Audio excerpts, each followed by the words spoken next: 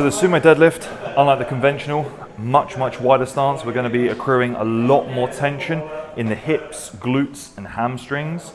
So if you guys are tight in any of those areas, please ensure coming into the session you have primed and activated correctly and you're nice and mobile to be able to drop into this bottom position. But without further ado, let's step up to the bar and have a look at the sumo.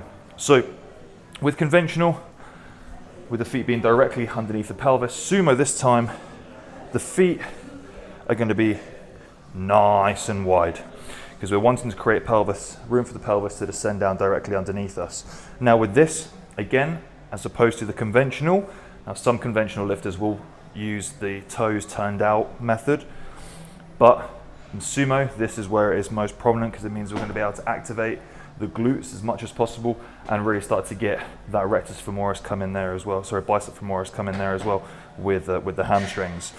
So with the toes turned out, weight through the heels, what we're looking to do is we're looking to open out as much as possible. We're not letting the knees go over the bar here.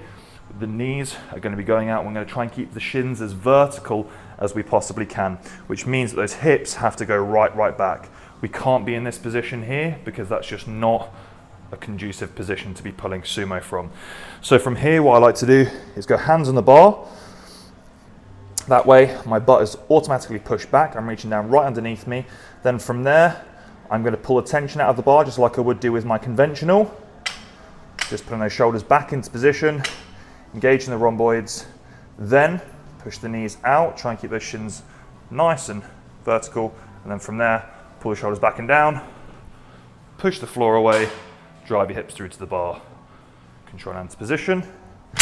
Go through it again, so the bar's a little bit further away than it would be usually, and that's completely fine. Take the slack out, sink the hips down, lift the chest slightly, shoulders back and down, hips through to the bar.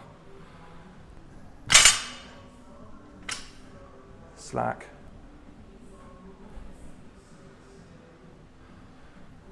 A few little cues there I think you guys will find helpful.